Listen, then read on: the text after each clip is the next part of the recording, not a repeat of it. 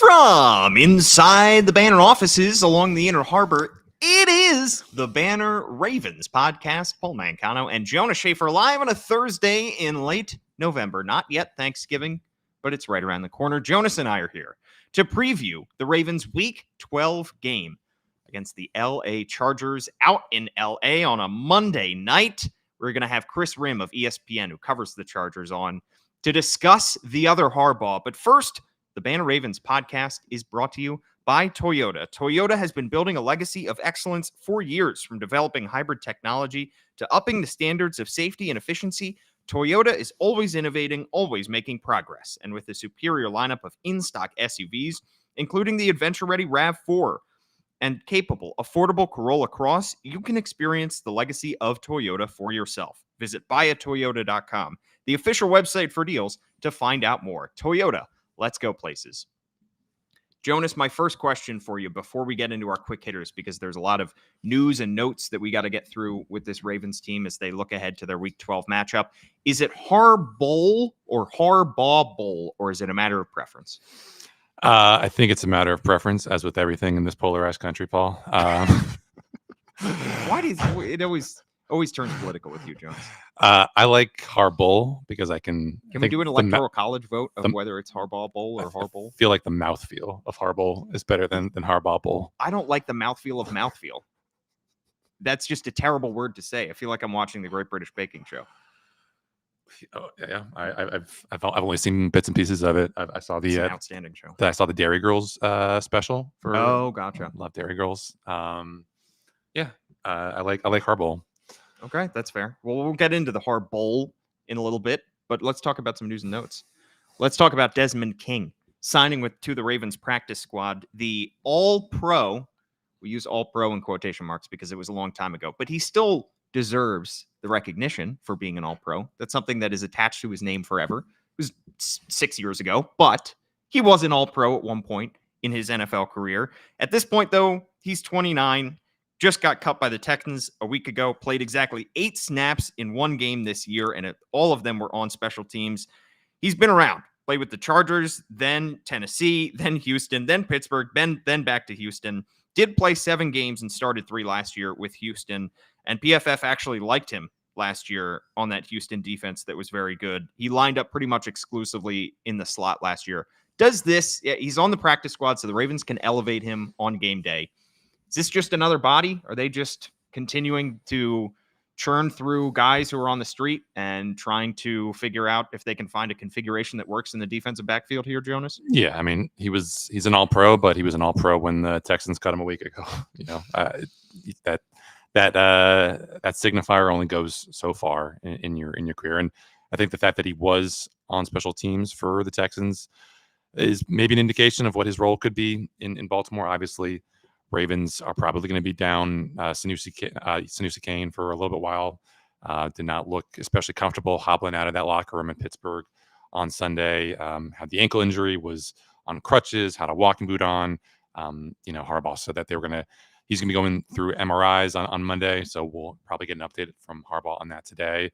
And, Sanusi Kane is not playing on the defense. He's playing on special teams. And if Desmond King, despite him making it as a all-pro defensive back, can help on special teams, then Lord knows these Ravens special teams units will probably need those contributions. Well, let's talk about the defense and how those defensive backs could factor into their game plan on Monday, because we saw more shuffling against the Steelers. We saw Marcus Williams sit. We saw Eddie Jackson not even make the trip.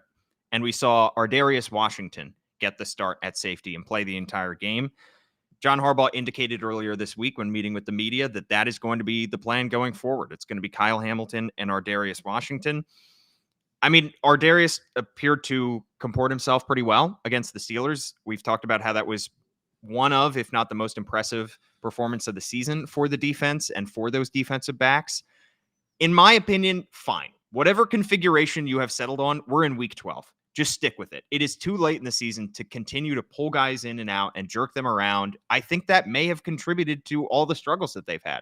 We talked about how this team would have benefited from an earlier bye. The fact that they still haven't had their bye to figure some things out certainly doesn't help. But the fact that they've been constantly rotating those safeties, it can't help. The fact that they are moving these guys in and out probably doesn't help with continuity and doesn't help them get settled, doesn't help them know their role. And I think that they got to just stick with what they have going forward. Fine. Darius Washington, Kyle Hamilton. I think my biggest question for those guys going forward is, do they have enough runway this season to develop a very catchy nickname that's what you're worried about? That makes fun of their height disparity. Darius Washington is 5'8", 180. Kyle Hamilton is 6'4", 230. They look like me and you next to each other. Jonas and Paul, should they do that? They should call themselves the Jonas and Paul of NFL secondaries, yes. Of Ravens secondaries. Or do we call ourselves the Darius and Hamilton? Probably the better version. I think at this point, you've got to ride the hot hand. It's weird to think about this maybe marking the beginning of the end, if we're not already at the end of the Marcus Williams era. But if Darius Washington gives them a reliable baseline, then I don't know how you can go back to Marcus Williams unless he's just balling out in practice. And, even if there are promising reports of him doing well in practice, I don't know how much stock you can put in that, because, Zach Gore during that first little dip for Marcus Williams was saying that he felt like he'd been playing really, really well after that first benching. And then he comes back in, has the one good game against the Broncos, and then immediately goes bust a couple times against the Bengals. So I think it's, pretty much the only card the Ravens have to play at this point is just Darius Washington and Kyle Hamilton back there. And I know it's a bit of a probably less than ideal scenario, because I think both those guys are probably better, closer to the line of scrimmage. Kyle Hamilton, right. I think he can play anywhere and be effective anywhere, but I think you would like to have that blitzing ability. Darius Washington had until this year really never played deep safety snaps on a consistent basis, and now that is his full-time job. So we'll see. I mean, this is going to be I think a step up in terms of tests, because Justin Herbert's a lot more talented than Russell Wilson. I think the offense is a little bit more diverse in terms of where the ball can go. I think that was a big help for the Ravens, just not having to worry about stuff over the middle, especially at least until Roquan Smith got hurt.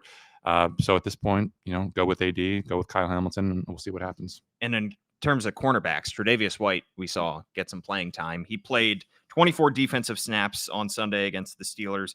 PFF did like him whole lot more in that game than they liked him in the first 4 games of the season that he played for the Rams. And that jived with the eye test, too. He had that pass breakup on George Pickens in the end zone. He was playing with confidence out there. Looked like he just stepped right in and understood pretty much what he was doing, even though he did say it's a pretty complex defense. Brandon Stephens played his lowest percentage of snaps on defense Sunday that he had played all season, just 77%, 60 defensive snaps. Are we going to see even more Tre'Davious White and even less Brandon Stephens on Monday? Yeah, I mean, it was interesting just looking back at the film from Sunday, and it seemed like the benching point for Brandon Stephens was after that long completion to George Pickens. He's playing off coverage. It's a double move from George Pickens, and I don't think it was bad coverage from Brandon Stephens. Like, the ball arrives just as George Pickens kind of accelerates past him. But how many times have we said that this season that it wasn't bad coverage from Brandon Stephens and he's given up an explosive play? And I think what we saw from Tre'Davious White, probably, with those athletic deficiencies that we think he's incurred because of the injuries and stuff, maybe don't feel as comfortable with him playing in press coverage, which obviously limits what you can do before the snap and the kinds of things that are available to you on second and long, or excuse me, on second and short, third and short scenarios. But if that is the option that you feel more comfortable with, then, like we were talking about with safety, you've got to go with it. I guess my bigger question is, in setups where it's only 2 cornerbacks on the field because it's a heavy formation, obviously Marlon Humphrey is going to be one of those cornerbacks, but for all season now, it's been Brandon Stephens on the other side. Mm-hmm. Now, do you consider Nate Wiggins being that other cornerback? I mean, it would be probably on a side of the field that he's not comfortable doing with, and that's what we've talked about, how it's been Brandon Stephens on the quarterback's left, Nate Wiggins on the quarterback's right, right, on these nickel and dime packages. But do you feel comfortable moving Nate Wiggins to replace Brandon Stephens in those 2 cornerback looks with 2 safeties? And I think that's probably the most interesting thing, and the thing that I have the least expertise on. Just, is it a relatively easy transition for a cornerback to move from one side of the field to the other, considering everything that's involved with footwork and, who might be in where in certain situations. It's just frustrating that we're having conversations about making even more transitions, even more changes for these guys this late in the season. They should have a formula that works. They should have a formula that they're comfortable with. Look, they did perform pretty well against the Steelers, and they did allow 10 points to Buffalo back in week 3 or week 4. They allowed 10 points to Denver right before the trade deadline. But to me, this might have been their most impressive performance because they did not allow a touchdown. They allowed 18 points, but all of them came on field goals. And 3 of them were 50-yarders. Yeah. And in particular, because in the blowouts against Buffalo and in Denver, the offense continually was putting pressure on the opposing offense to score with them. And so those offenses, Buffalo and Denver, became very one-dimensional. This was a case where all of the pressure was on the Ravens defense. They were on the road, and they came up time and time again. I'm still not sold on this Pittsburgh offense, but do you think that this formula now, with the personnel that they have in place, with the changes that they appear to have made from a schematic standpoint, was this a flash in the pan? Is this an anomaly? Have they found something that might finally work for this defense? Well, I mean, we know that the run defense is going to be there. They did I know that there were a couple, highlight reel plays from Pittsburgh of, guys juking dudes in the gap or knocking people over in space. But what Pittsburgh finished with like less than 4 yards per carry on the whole, and the Ravens stuffed them twice in that first half to force that turnover near midfield. So on the whole, they finished with 4.1 yards per play as an offense, right. passing and rushing. Yeah. So no concerns about what they're doing up front. And even that extends to the pass rush. I mean, obviously, it's kind of getting to the point where we're going to have to worry about putting Kyle Van Noy in a milk carton because it's been a while since we've seen him. But Odafe Owe, I think, has stepped up his game the last 2 weeks. If the Ravens can get Travis Jones, then that obviously is a bit of a force multiplier for Nnamdi Madubuike, who, I think probably struggled somewhat to get unlocked against Pittsburgh because he didn't have his, tag team partner at full strength to, kind of cause havoc up front. And if you can get a better pass rush unit, then that's obviously going to help in the coverage. I think it's going to be a pretty significant bellwether test for the Ravens on Sunday against the Chargers because Justin Herbert can put the ball anywhere. He's, I think, among the league leaders right now in like the share of passes that are downfield 20 plus yards. And, we know Russell Wilson was capable of that, but you pretty much knew where it was going. Yeah. It was George Pickens down the left side. Justin Herbert's throwing that thing to tight ends, running up the seam with a, 5-inch margin for error. So we don't know if Roquan Smith is going to be available for this one. That's a big worry, especially for the middle of that defense, which already has been probably the league's worst between the numbers, but you really don't want Malik Harrison in there on third and long. Trent Simpson has obviously been a bit of a hindrance in coverage. So there are a lot of really good pieces in this secondary, like we've said. I mean, you see all the PFF charts touting Nate Wiggins and Marlon Humphrey and Kyle Hamilton. And, Ardarius Washington has been solid back there. So the pieces are there for the Ravens to have a defense that is like the Chargers, that is just good. And if this defense is good, then this team can absolutely win a Super Bowl because the offense is great. But it has just been an issue of one step forward, 2 steps back every week. And it could be 1 step forward, 2 steps back if they are without Roquan Smith, like you said, because they may have figured some stuff out on the back end of this defense. But if you don't have your all-pro middle linebacker, $100 million middle linebacker in there, for as uncharacteristic as his season has been, your defense is going to take a step back. So they may have figured some stuff out on the back end, but it won't do a whole lot of good if you have Malik Harrison in there and not Roquan Smith, who suffered that hamstring injury against the Steelers, and we don't yet know his status for Monday night. All right, shall we dive into our preview, Jonas? Let's go. Let's talk about the matchup between Jim Harbaugh and John Harbaugh. Wait a sec, Harbaugh, are these two related? Are they like cousins or something? That's interesting. They just happen to have the same. It's like Eddie Jackson, Lamar Jackson. Yeah. My word of the day, Jonas, is fraternal.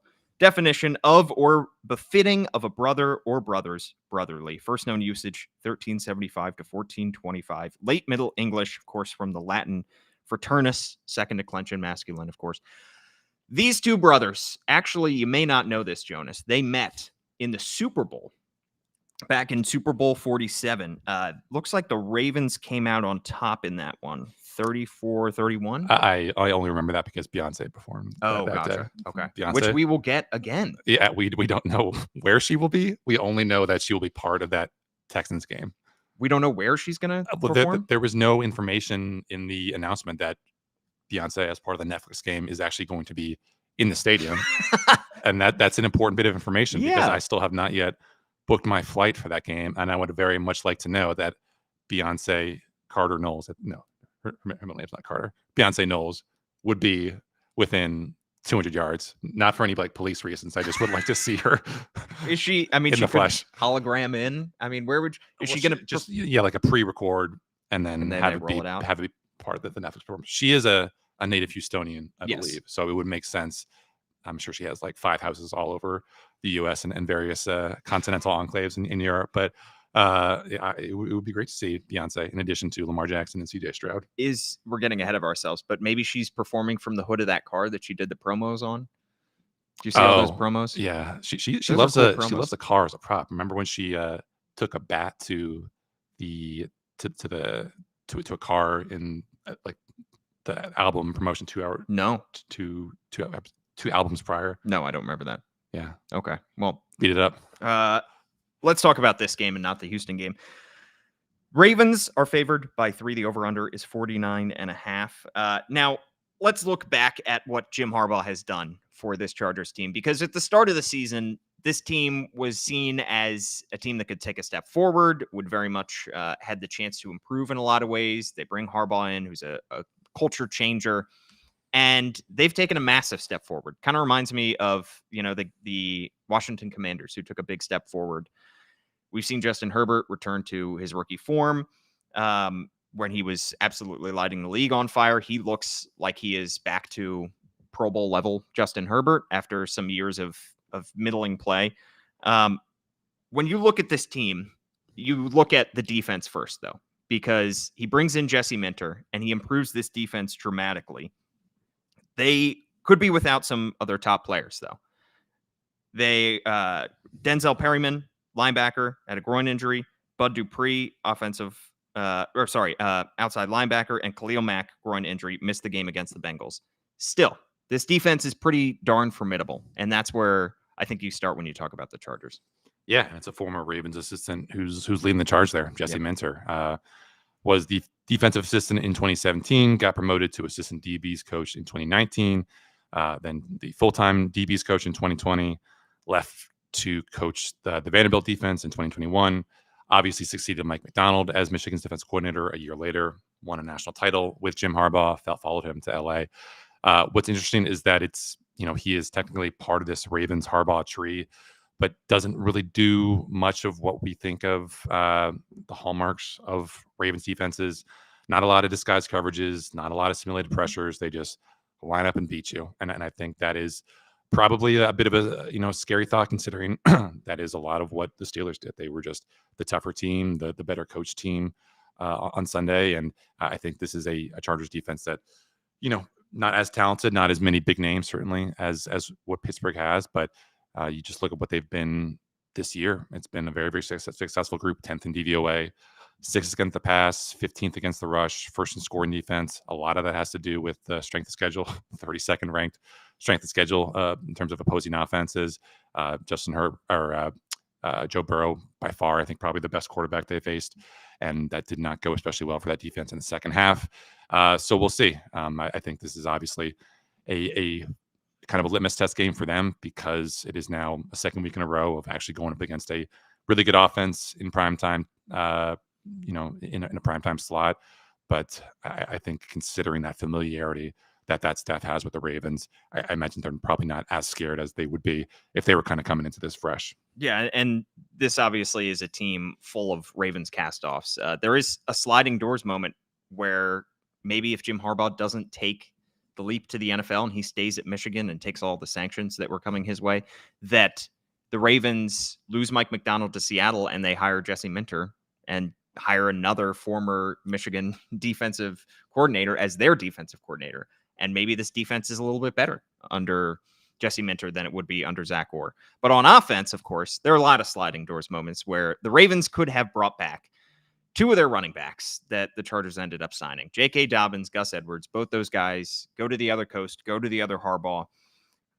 The Ravens are feeling just fine about it because they have Derrick Henry. But there is an interesting thought experiment. What would this team be had the Ravens not signed Derrick Henry at running back? What if they ran it back with J.K. Dobbins and Gus Edwards? I don't think it was ever going to happen, but would this team be significantly worse or just a tick worse if they had a combo of Dobbins and Gus Edwards instead of Derrick Henry?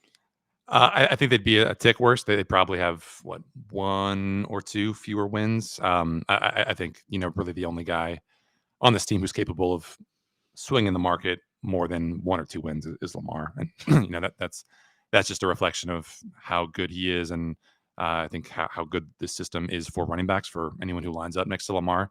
I guess it is interesting to see consider what the Ravens could have done running back wise, because not really a whole lot of hugely productive rookies this year from that running back class.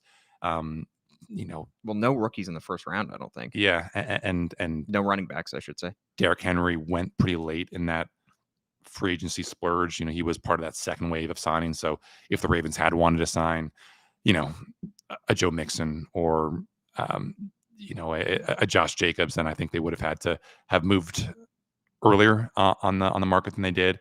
But they got Derrick Henry, and they are now having to pay millions of dollars for all the touchdowns and yards that he's continuing to have. All the incentives that he is racking up this season. I think they'll happily pay those, though.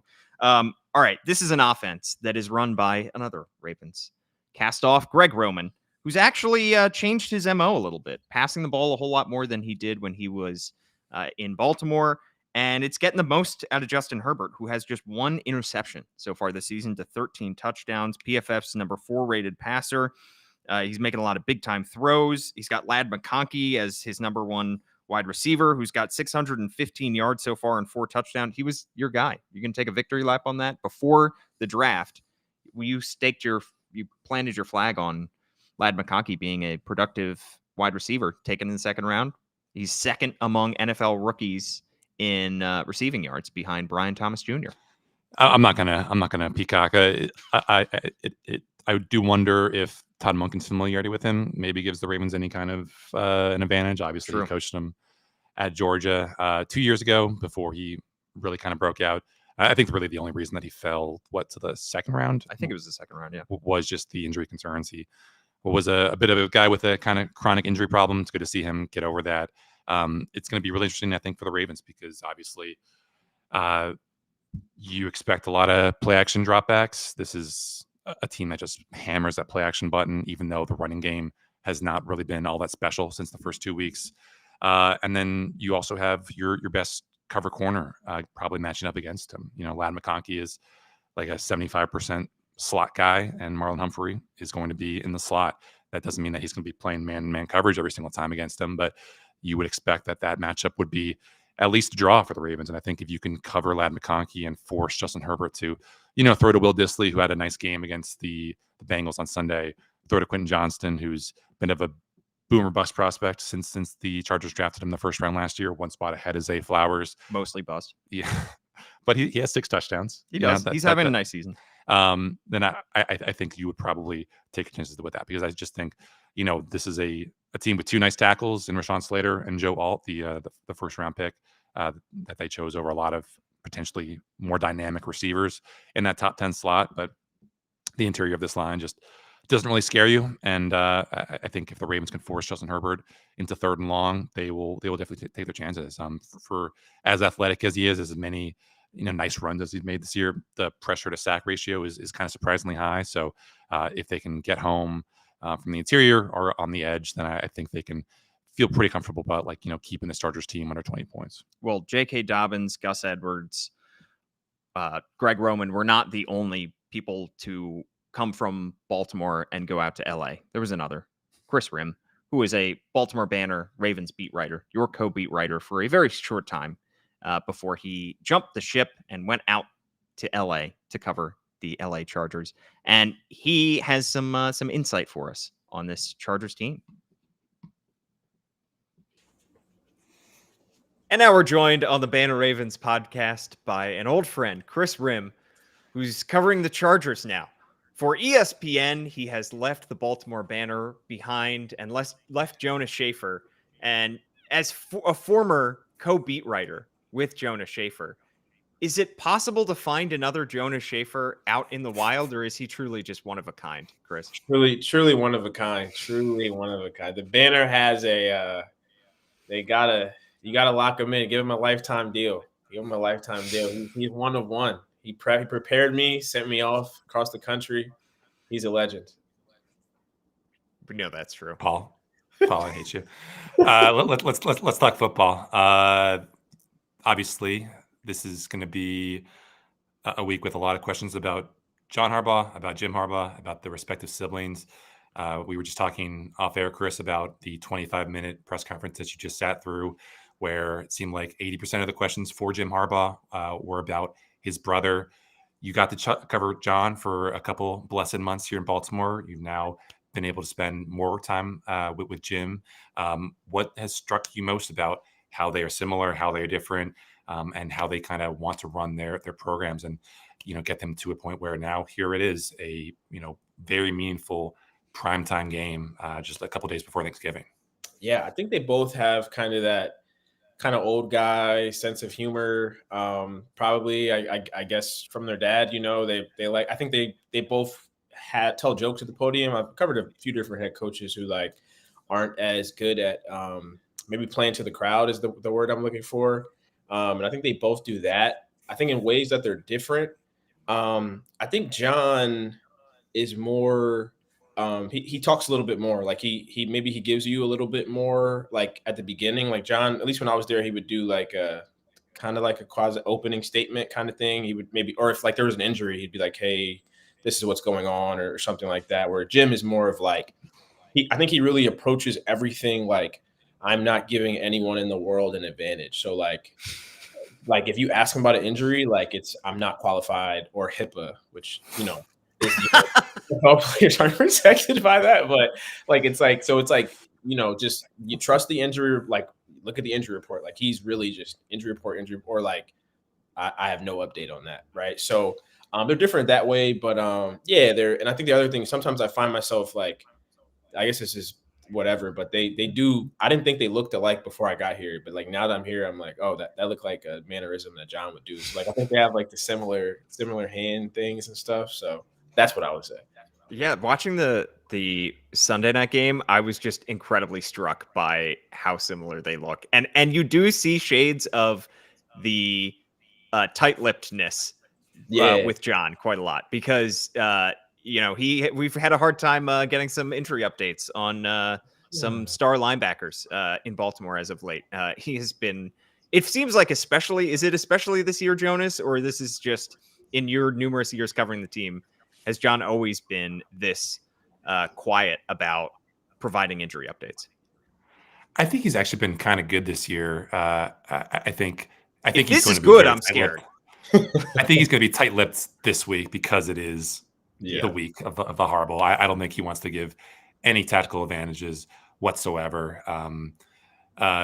So yeah, I mean we're going to talk about it later, but he said they're trying to get Roquan Smith ready for Monday's game, and it seemed like that was a little bit of wishful thinking. And we obviously didn't see Roquan out there at Wednesday's practice, but then we see him in the locker room and he's walking around fine. So maybe he's better, and maybe John was being entirely truthful. But yeah, I mean, I think he's probably. Jim comes from a program at Michigan where you didn't really have to worry about daily injury reports because everything that was needed to be known was going to be put out on the injury report right before the game. And so I think probably a lot of what Jim has carried over into his NFL job was probably a legacy of what he went through at Michigan with everything that went there in between the lines and outside the lines as well. Yep. Yeah. I mean, and when you're a head coach at a college program, I mean, you're king. Like you have such incredible oversight of the entire program. Not quite like that in the NFL, but if you get to a place where John has gotten to, he has gotten to a place where he is respected so much in that building that he has pretty much quite a lot of autonomy in that building. All right, let's talk in between the lines here. Let's talk about the Chargers defense in particular, because the Michigan defensive coordinator to NFL defensive coordinator under a Harbaugh pipeline is still alive and well. We saw Mike McDonald go along that pipeline, and now he's with the Seattle Seahawks. And obviously, we've seen now with Jesse Minter in LA. What has been so impressive about Jesse Minter this season? And also, this is a great defense against the pass. The only thing is they're just so, according to DVOA, against the run, 15th in the league. Do you think that they are as solid against the run? Do you think that there's a chance that they can stop the run on Monday against Derrick Henry and the Ravens? Yeah, I think someone asked me on another show, what would be, the keys to victory or whatever. And I basically said that, like, if they can stop, because I think Lamar is, he's probably, going to get off more often than not. Like I was saying, if you typically win the Ravens, I think there's a stat, you guys probably, what is it? If he gets less than 15 carries or 13 carries, they lose or something like that. But whatever the carry number is, right? I think if you can slow down Derrick Henry, obviously, easier said than done.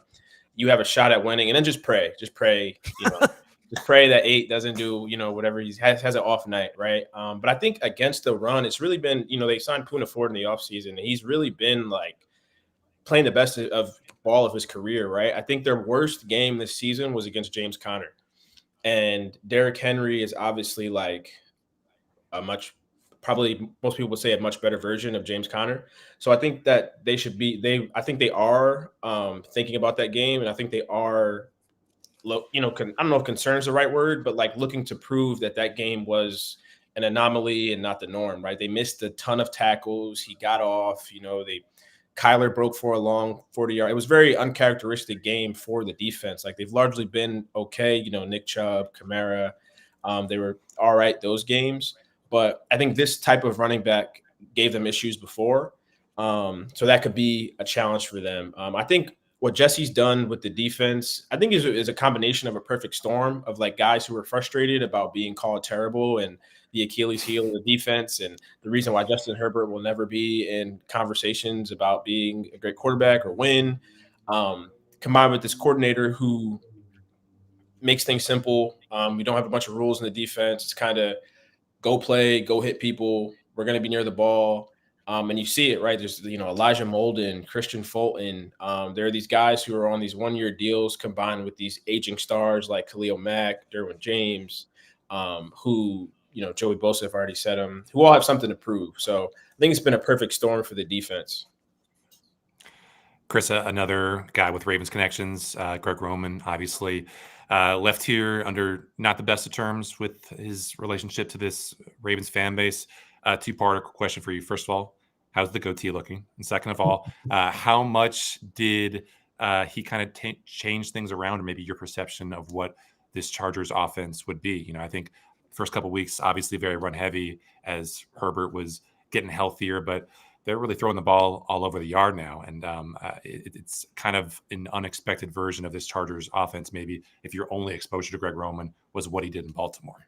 Yeah, I think the goatee is sharp. It's looking solid. I think it disappeared for a little bit and then it came back and it's making an appearance. And Greg also does an opening statement thing. He's kind of funny at the podium too. Like he has this funny Halloween. Halloween. He said someone asked him what his favorite candy was, and he said, back in the day we had those goldfish, but they were red. And then somebody was like, Swedish fish, and he was like, yeah. Like that's not back. Like those are like that's not back. It's a completely different candy. Yeah, and it's like goldfish. Like those are like not whatever. But so Greg's been funny there. But I think as far as the offense goes, I will say, as we know, like coaches oftentimes lie at the podium to protect the team and to protect. They don't want to give any advantage, as we said earlier, right? So I think earlier in the season when Greg went to the podium and said, we're going to win however we can win, whether that's running the ball or throwing the ball. I think myself and I think a bunch of people probably looked at that like, we know what your track record is, right? Like you're probably going to run the ball a ton, right? We're going to see a different Justin Herbert. And then when Justin was hurt, he said again, this is not the full offense. We're hiding things. I think, again, I kind of looked at it like, okay, but I guess he wasn't lying, right? Like since the bye week, since Justin's been healthy, since week 6, they've been throwing the ball almost to their detriment. If you watch the Bengals game, that second half, they go on 5 straight drives, they go 3 and out, fumble, 3 and out, 3 and out, 3 and out, 3 and out, because they're just passing the ball because Justin had been playing so well early on in the game, right? So I think, this offense has been a surprise, I think, to Chargers fans. I think to probably Ravens fans who might be looking over at the Chargers. I think some of that has to do with Mark Trestman and the guys that they've hired to help him with the passing concepts so far. It's definitely been a surprise. My last question for you, Kris, it has to do with some old faces that we have seen in LA, because I'm sure a lot of Ravens fans were looking over at the box score in that week 1 game and they saw J.K. Dobbins go off for 135 yards and thought, oh my gosh, we let this guy get away. And he's now looks incredibly healthy. He looks productive. Jim knew what he was doing in signing him. He hasn't been as good since. But he's not the only former Ravens running back that they added. They added Gus Edwards too. So they have 2 former Ravens running backs. You said that they're throwing the ball almost to their detriment. Do you think part of that could be that both of these guys aren't quite as good as perhaps Jim thought they would be when he signed them? Yeah, I think it's some of the interior line of the Chargers has struggled. And as much as they said, we're going to wear teams down in the fourth quarter, we're going to wear, like, Gus didn't even play. And for some reason he was playing on, on Sunday nights. He didn't even play in the fourth quarter. That's kind of the guy, this tight end sized running back you would want in the fourth quarter. It didn't really play. And I think some of that has to do with, we've seen this season when the running game kind of stops working, they go away from it. And a lot of that, Joe Alt and Rashawn Slater on the outside, they've been pretty much good to great all season. But the interior line, at guard and center, it's kind of fluctuated between bad and good. And some of that, I think, is why you see them going away from the rushing attack or it not being well. Typically, JK specifically, like, he can find a hole or he can make something happen, but when it's not working, they really go away from it. I think they believe in JK. I think JK has shown this year that he is the guy when he's healthy, right? But yeah, I think it's less about our JK or Gus good and more of like, we've been passing the ball so well and we're struggling to block in the interior. And then Scott Matlock, who was like their Pat Ricard, he's been coming along back and as far as blocking goes, he's gotten better as the season has gone on, right? But like, you see earlier in the season, he might not pick up certain things. I think it was clipping the Saints where JK kind of like after looked at JK got tackled and JK kind of looked at him like, what?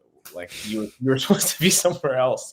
So I think their running game is a surprising work in progress. Like, this Greg Roman offense is best when they're passing the ball. Kris, last question for you, and then what you'll leave. It seems like this is a kind of state of the franchise game for the Chargers. Seems like the crowd is into it for the Chargers, maybe more than it's ever been.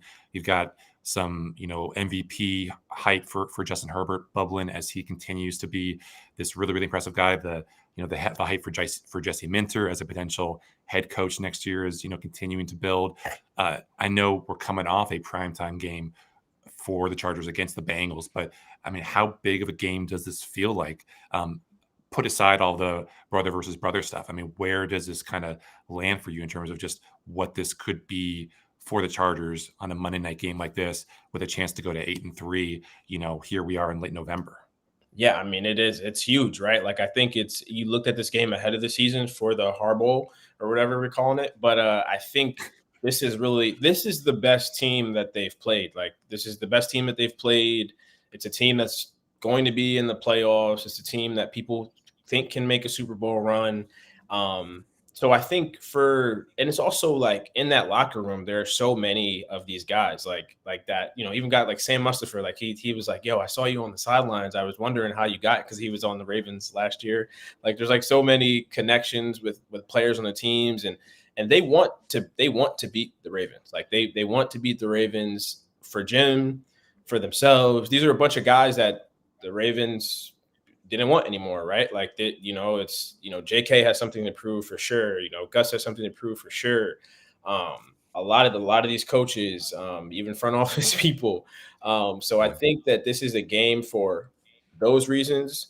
And then for the football, like if the Chargers beat the Ravens, the conversation about the team the next morning on the national talk shows is going to be nuts, right? Like it's, Colin Cowherd is going to say they're going to Super Bowl. Like he's going to say that next morning, right? People, Stephen A is going to be talking about them. And if they lose, I think people will say, okay, like they're kind of this team that at least from my perspective, that people are pleasantly surprised by, and a team that's a good story. Like it's a good feel-good story right now. But if they beat the Ravens, they become, okay, we expect you to do things now. Like right now, I don't think anyone expects them to do much if they make the playoffs.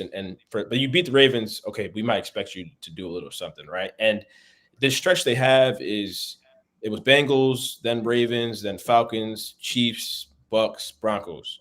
So this is a stretch. This is a slate of teams that everyone's been looking at on the schedule and saying, okay, we're going to find out. Like this is not the Titans anymore. It's not the Saints anymore.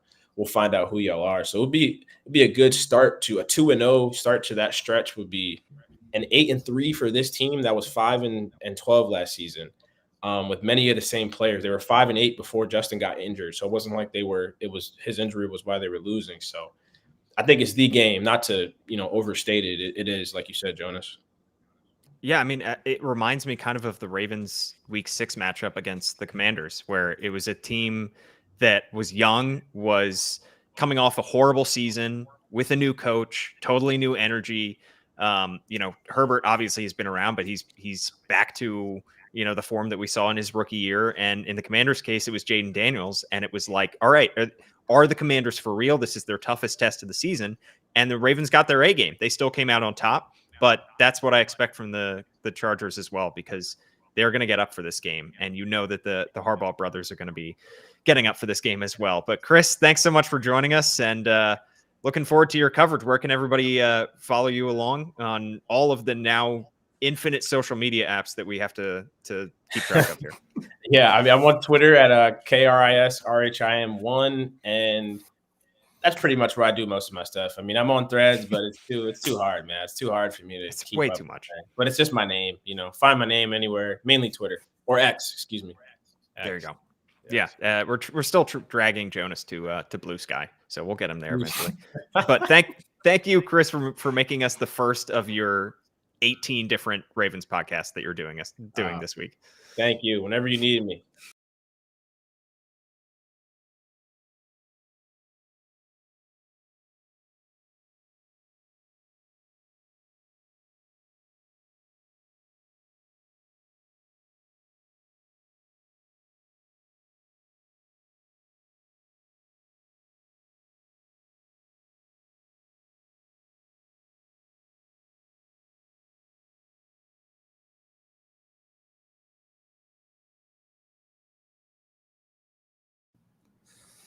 All right, Jonas, that was exciting to hear from your old former co-beat writer and Kris Rhim with an inside perspective on the LA Chargers. And Jonas, before we get into our score predictions for this one, there's been a lot of talk this week about John Harbaugh and his coaching style against Mike Tomlin. Ben Roethlisberger saying recently that he thinks Mike Tomlin is cooking in Harbaugh's kitchen. Basically, Harbaugh is kind of in his head with these matchups, and Tomlin just knows how to get the best of him.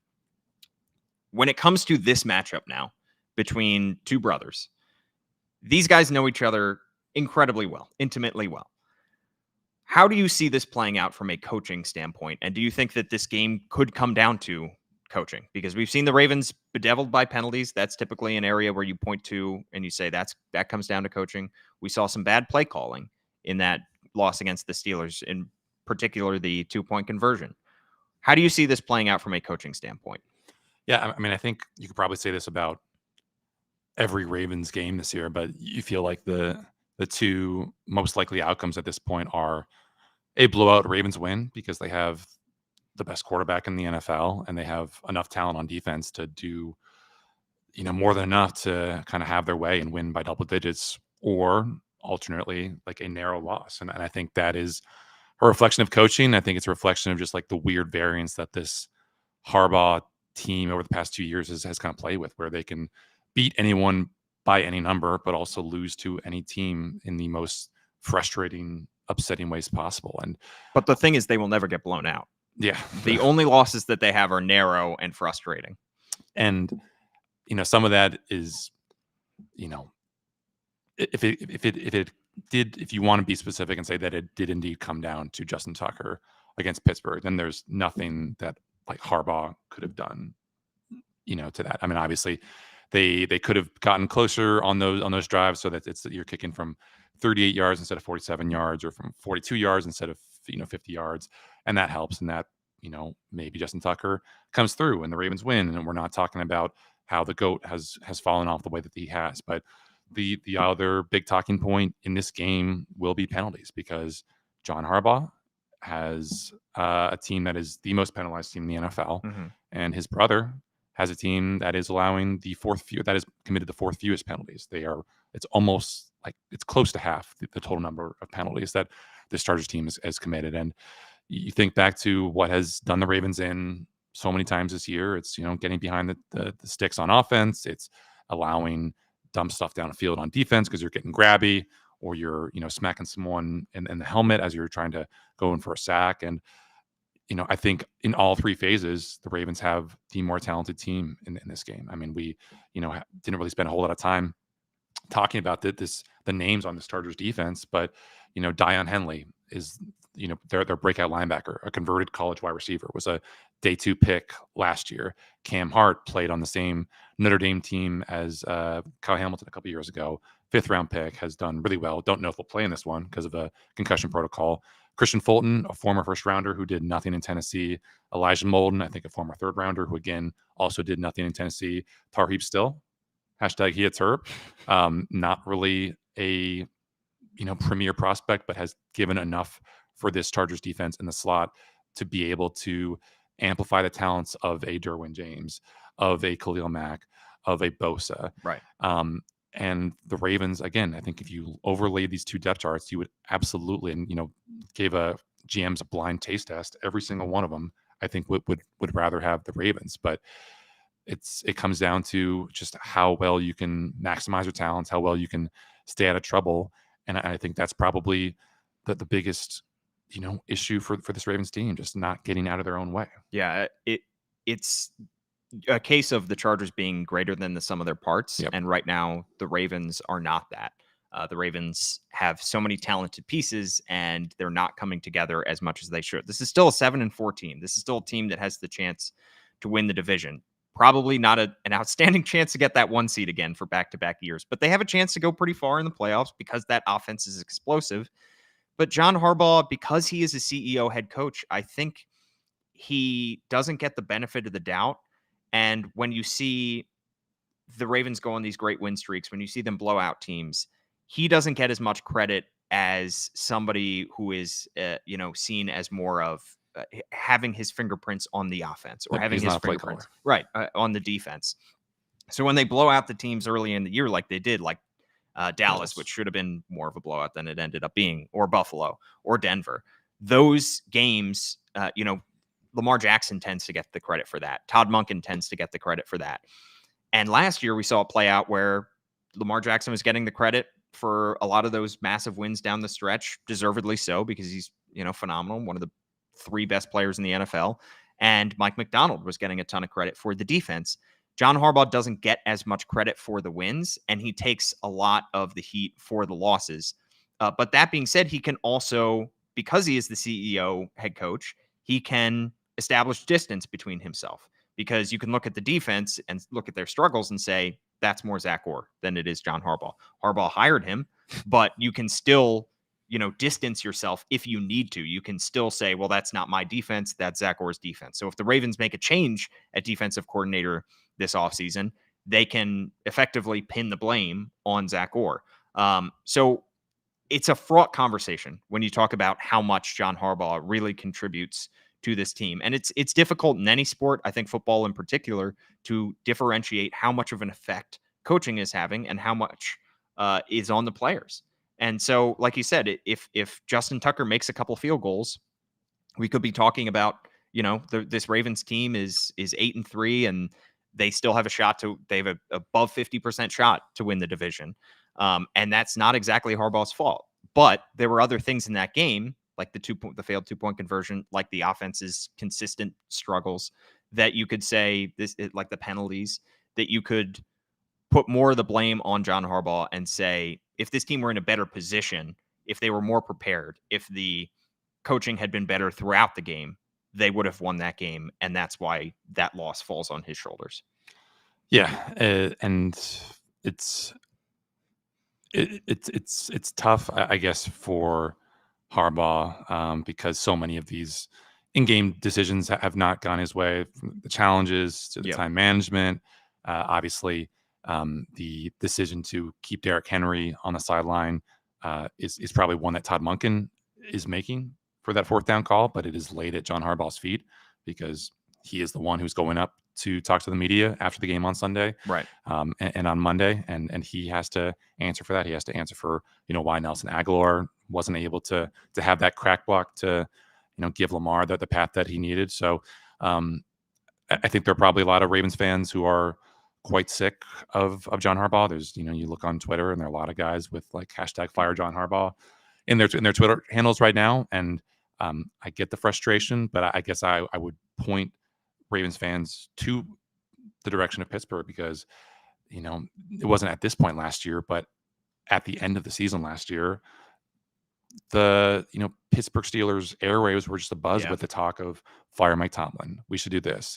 Let's not extend his contract. The lack of postseason success should be enough of an indictment on his, last however many years in Pittsburgh. Right. And here they are with a team that has, they control their own destiny in the AFC. They could, if they win out, they could get the number one seed in the conference. Now, again, we are skeptical that this team could do anything beyond maybe making a run to the AFC Championship game because we just don't trust Russell Wilson.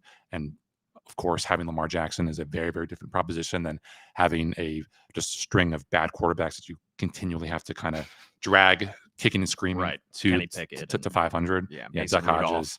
And that is obviously a huge distinction between them, but coaches are capable of growth. And, if this season goes off the tracks, but not so far off the tracks that John Harbaugh is on the chopping block, then I'm sure there's going to be, some real some real introspection, and maybe this team is coached differently, is managed very differently, is whatever very differently next year. But again, we're still only week 12. A lot can happen. Right. Exactly. And this conversation is going to change dramatically based off of the playoffs. I mean, that is going to factor in. That's going to be more than 50% of how we view this season. The regular season, ultimately, we look back at last year and it still feels like a disappointment, even though they were 13-4 and they had the one seed in the AFC and they had the bye and they had home field advantage for the playoffs because of their failures in the playoffs. So this is still a very much incomplete grade when you're looking at the coaching staff, when you're looking at John Harbaugh and this team right now.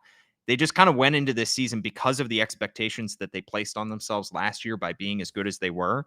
They placed themselves in a difficult position where they could only hurt their stock through the regular season. If they were cruising out to the one seed once again, that would be expected. And there would be even more pressure on them to win in the playoffs to get over the hump. So, yes, the Ravens have underperformed at times during the season, but the highs are still there. The ceiling is clearly still there. And if they can just consistently hit that 4 times in the playoffs, they'll win the Super Bowl. So if they meet the Steelers again in the playoffs and John Harbaugh is able to get Mike Tomlin out of his kitchen and he's able to beat that team, they're what they do in last week's loss and what they do in the second regular season game against the Steelers won't matter at all. It's just overcoming those things for the same reason that, last several years up until this year, Patrick Mahomes has had some struggles and the Chiefs have had some struggles during the regular season. People have said, what's wrong with the Chiefs? They go out and they win the Super Bowl. They put together 4 consistently good games down the stretch and they win the Super Bowl. So that's what it's going to come down to. That's how we're going to view this season is what they do in the playoffs. It's not going to matter whether the Ravens lost to the Chiefs in week 1, whether the Ravens, play their worst games against bad opponents like the Raiders and they struggle against the Steelers. It's going to come down to, is this team going to overcome, get over the hump and win when they need to? You're a Syracuse basketball fan. People don't talk about all the really shitty regular seasons you have. You just They talk talk about about all the the fluky runs. runs to the Final Four where no one can figure out the 2-3 zone. Yeah, exactly. It's how you do when the lights are the brightest. That's how you are viewed, and that's how a season is viewed. It doesn't matter if you go out to the 1 seed. If you lose in the playoffs, we're not talking about your season being a success. Jim Boeheim, killer postseason coach. Emphasis on killer. Oh man, we're cutting that out of the audio version. All right. What is your score prediction for this game, Jonas? I'm picking the Chargers in this one on the premise that Roquan will be out for this game. We talked about it in the interview with Kris. I saw him in the locker room yesterday. Seemed fine walking around, but again, you don't want to extrapolate too much from that. I think the fact that he was removed so quickly from that game against Pittsburgh is probably not a good sign. It's just that, and you can't really be too cautious, I think, with a hamstring injury, because that is a tricky muscle, and you want him healthy for the stretch run. You want him healthy against Saquon next week. You want him healthy after the bye.